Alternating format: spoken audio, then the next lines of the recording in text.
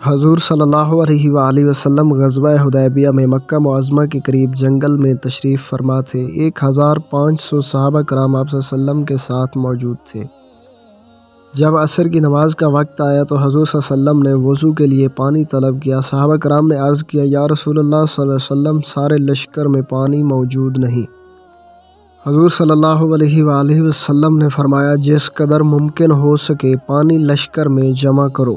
نہایت مشکل سے سارے لشکر کی مشکوں سے پانی کے برتن نچوڑ کر ایک پیالہ پانی جمع ہوا، وہی حضور صلی اللہ علیہ وسلم کے سامنے پیش کیا گیا۔ حضور صلی اللہ علیہ وسلم نے بسم اللہ پڑھ کر اپنا دست مبارک پیالہ میں رکھا۔ آپ صلی اللہ علیہ وآلہ وسلم کا ہاتھ مبارک رکھنا تھا کہ حضور صلی اللہ علیہ وسلم کے مبارک ہاتھ کی برکت سے پیالہ سے پانی کا چشمہ جاری ہو گیا۔ سارے لشکر والوں نے مشکیں اور پانی کے برتن بھر لیے، سب نے وضو کیا۔ کسی نے حضرت جعفر سے پوچھا، بھلا تم کتنے آدمی تھے جو پانی میں شامل تھے؟ حضرت جابر نے فرمایا، ہم تو کل 1500 تھے، لیکن اگر 1,00,000 بھی ہوتے تو وہ رحمت کا پانی سب کو کافی تھا۔